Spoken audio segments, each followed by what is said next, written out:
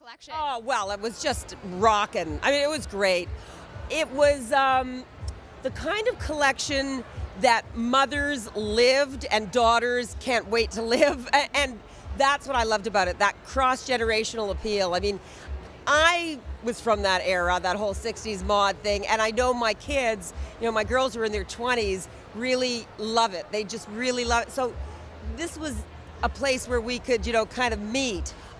Absolutely love to see Pat Cleveland opening the show. Wow, she is so legendary and really camped it up and brought that air of theatricality to it that I think, every good show should have.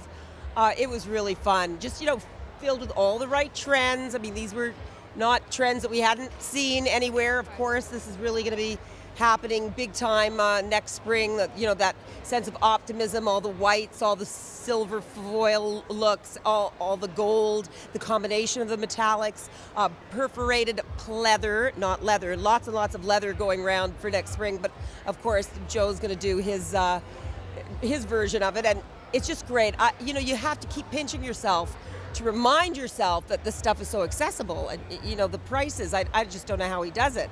But when you also think of the impact that this is going to have south of the border, they're opening in 600 JCPenney stores. Right. I mean, that's just phenomenal. I don't think any Canadian has ever done that before. So hats off to Joe Mimran. Of course, and not to that level, definitely. And I actually just want to bring it back to last night. You were one of the judges for the Mercedez-Benz Start Up Challenge. What was something that you were looking for in these emerging designers?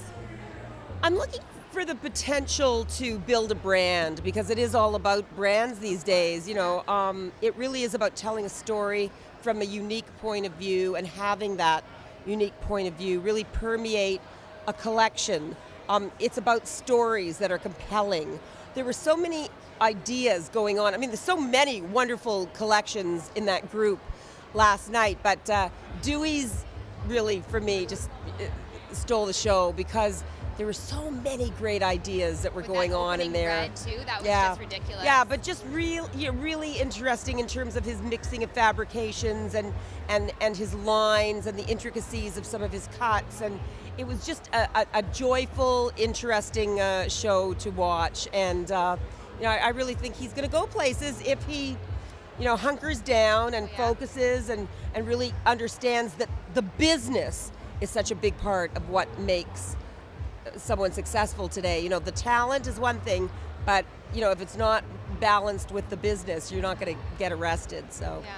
And so obviously that would be part of your advice to him, is just work on his branding and everything like that. Besides Duy, was there anyone else that really stuck out to you? Yeah, I mean, a few of them. I don't really want to mention names, but sure, there were a lot of them. But let's just say the menswear, Christopher and his menswear, that was hard to resist. Yeah. That was very hard to resist. I thought that was quite brilliant. And I know he has a very serious 5-year business plan, and I have no doubt at all that guy's going to make it.